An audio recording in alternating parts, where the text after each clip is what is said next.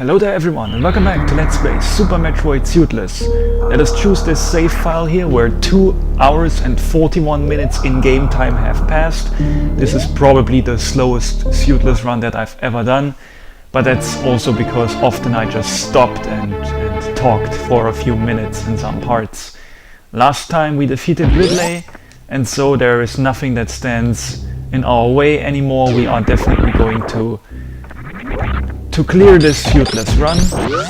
Hopefully we will finish in this part, because let's be honest, we are, as I've said, very slow. The slowest run probably that I've ever made, and this is part 14 of the Let's Play, and it would be really good if we could get done with this playthrough in this part. So let's go. Let us go to Crateria. Normally we would now take a shortcut in Meridia that leads to pretty much directly to the elevator in Red Brinstar that leads to Crateria. But first of all, since we don't have the gravity suit, I think it would be a bit slower to take this path, because climbing up the rooms underwater is much slower without the gravity suit, and I'm not even sure if it's actually possible to even take that shortcut without the gravity suit, because there's one room where you have to jump really high and you have to jump out of the water, and you can't really jump out of the water and start wall jumping properly without the gravity suit. So I'm not even sure if it's possible to take that shortcut at all. So that's why we just exit Red Brinstar via the normal way here, pretty much.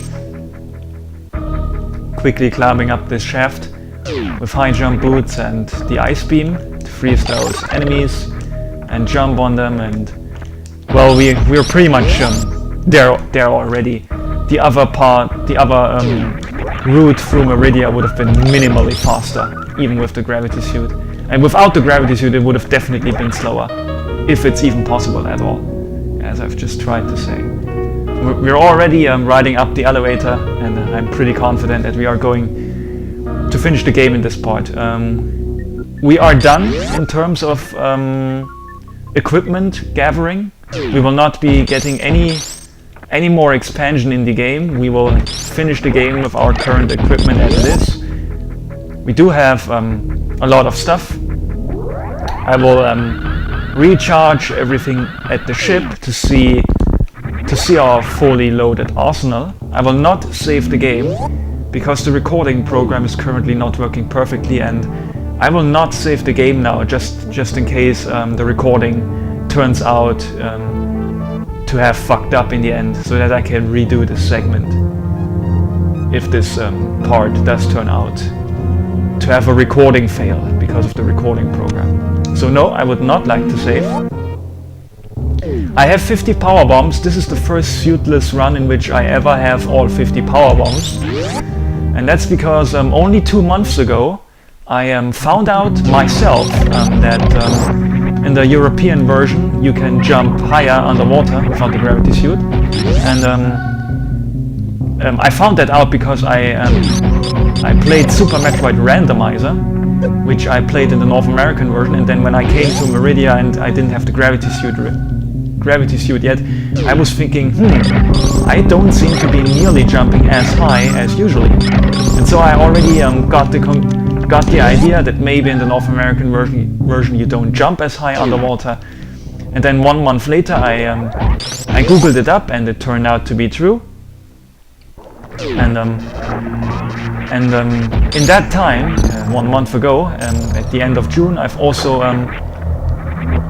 found that one forum post in the Metroid 2002 forums from 2005, where they discussed those differences between the European and North American version, and there I've read that it's possible to acquire the Power Bomb expansion in Meridia easier in the European version, and that's what I tried out in this Let's Play. I've tried it out live.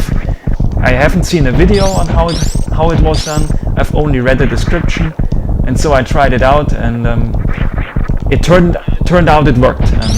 You can see that in part 10.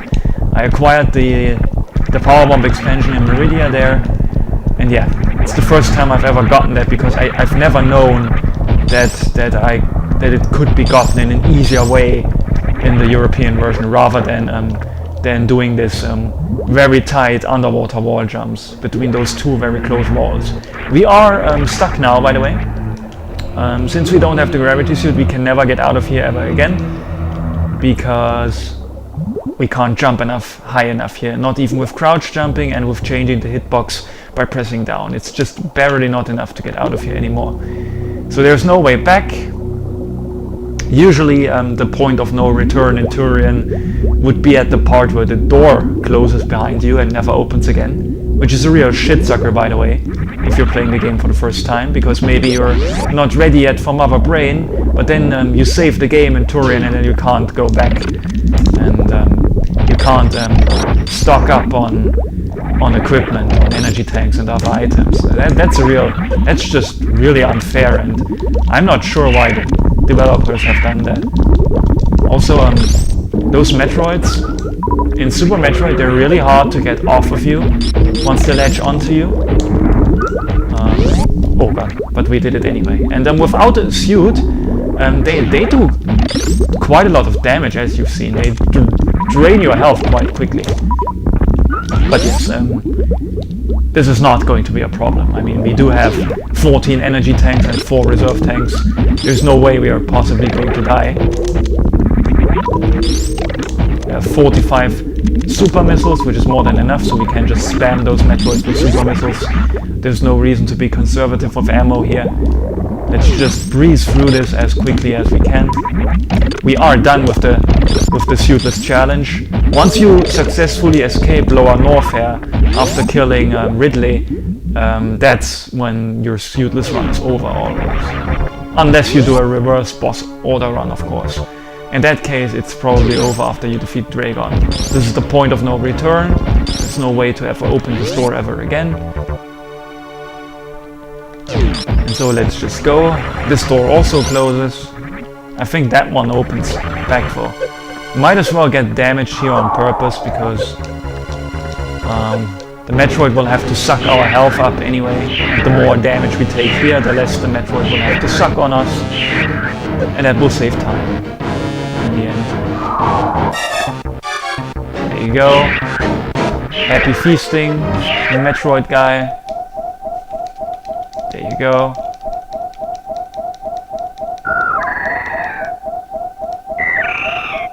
And you're making those cute sound effects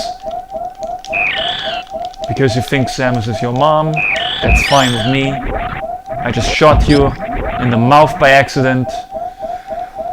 That's just part of Samus's motherly love to you, Mr. Baby Metroid. Not even sure why I only used normal missiles here, because at first I was thinking let's refill the missiles on this recharge station, but let's be honest, that would be a waste of time. All we need to refill is our energy.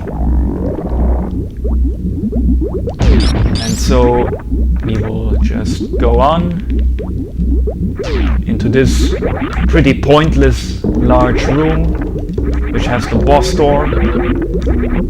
Except the boss door is a bit early, because the boss isn't actually in the next room.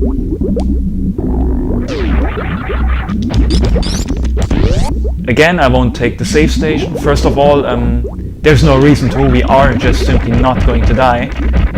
Not even... I would never take this save station at this point anymore.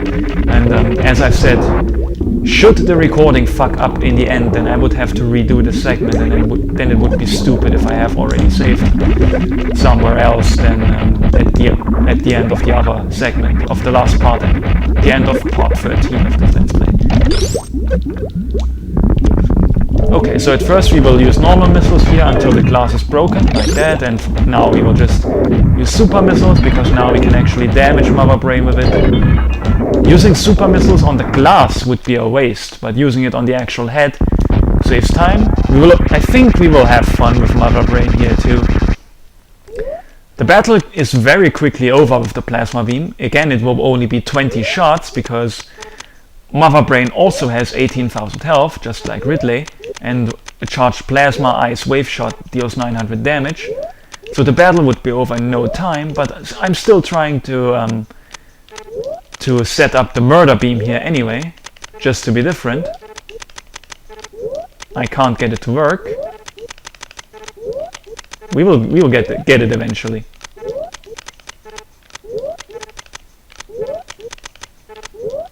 Eventually, anytime.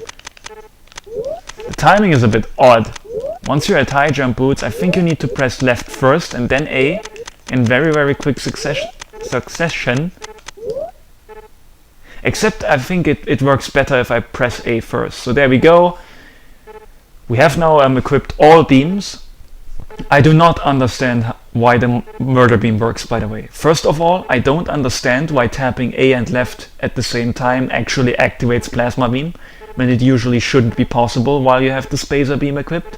And I also don't understand why there appears this war symbol to the right. Don't know what that means and don't know why it appears. And why it makes your beam glitchy and stuff. I really have no idea how the murder beam works. We can also use this time to check our equipment, by the way. In this Suitless run, we will have gotten 14 energy tanks, 4 reserve tanks, 205 missiles, 45 super missiles, all 50 power bombs, and all the main items except for the Warrior suit and Gravity suit. That's obvious, that's the point of a Suitless run. And we are missing the spring ball in miscellaneous, and we are missing the space jump in space jump boots section.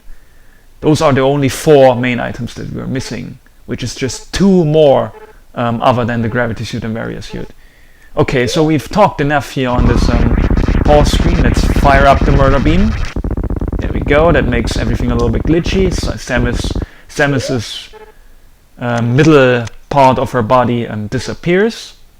We will need to deactivate the spacer now, because otherwise the game would crash if we fired our beam again. And I think we have to make sure that we are only firing to the left now. So right now, the murder beam is the fastest way to kill Mother Brain in game time, because right now the game is actually lagging a bit, and so the in-game time is going by really slowly, and Mother Brain is just getting annihilated. It's a bit difficult to dodge her shots because it all partially disappears. Samus's partially disappears, bullets partially disappear.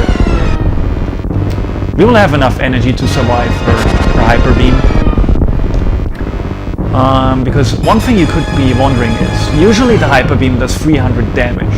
So without any suit, shouldn't it deal 1200 damage? And the answer is no. As you can see, we're at 879 right now. After this, we should be at 279. Yep, there we go, 279.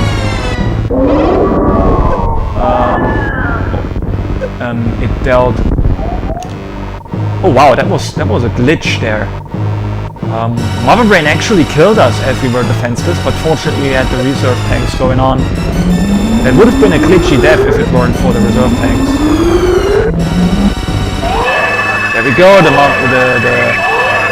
The baby Metroid is saving us now, as we have exactly 400 energy units left. The hyper beam also drains you off of your super missiles and missiles.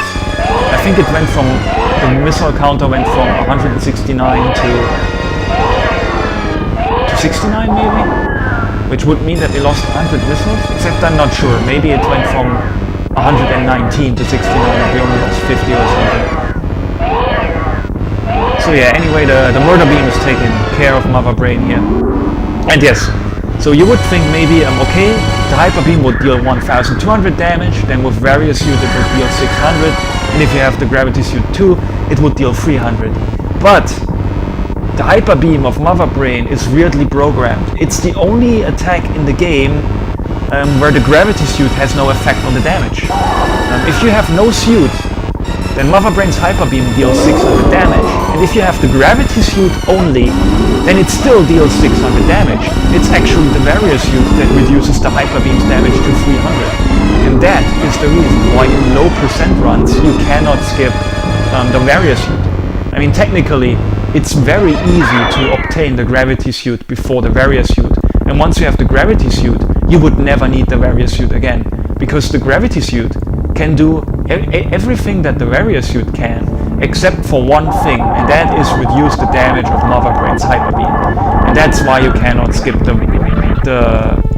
various suit in a low percent run, because you would need 6 energy tanks rather than 3 to survive Mother Brain's Hyper Beam. Of course, if you use incredible glitches and skip Mother Brain altogether, then it's possible to still beat the game without energy tanks, which would also mean that you don't need various suit. But that's only possible in the absolutely most glitchiest types of low percent run. As I've said, a Japanese dude named Snick, S-N-I-Q, found out in 2015 that you can beat the game with 3 items in a very, very glitchy fashion. I know nothing about how that works. How that works for. So it's just Shine Spark up there, and after that we will go. There's always this famous joke going on at Awesome Games Done Quick and Summer Games Done Quick about saving the animals and killing the animals. It's always full of hype. I don't really think it's that funny, and I don't really go why it's a highlight every time. I mean, somebody says kill the animals or save the animals, everybody just goes nuts. I don't know why that is. It's not exactly the most badass thing ever, the funniest thing ever. I really don't know what's the big deal with that. But what I'm just trying to say is we are going to kill the animals because I just want to be done with this Suitless run, and there's no point in saving the animals. I mean, sure, they were helpful and nice guys. They taught us how to wall jump and how to Shine Spark. But, well, they will meet their unfortunate demise here. Nothing we can do about it. Back then this was all no problem, but maybe some of the Undertale fanboys would complain now, because those people are very, very serious, you know, because let's check our equipment for the final time. We had all beams, we have everything except Space Jump and Spring Ball. Yeah, the Undertale fanboys, they're very serious, because if you do a run in Undertale where you kill everybody and then you get the bad ending, then the fanboys are dead serious. They're saying stuff like, you deserve the bad ending because you were a horrible person and stuff, and yeah, it's all a bit exaggerated. Weird fan base in my opinion. They're probably crying if they're watching this video right now because we're killing the animals here in the game. Yeah.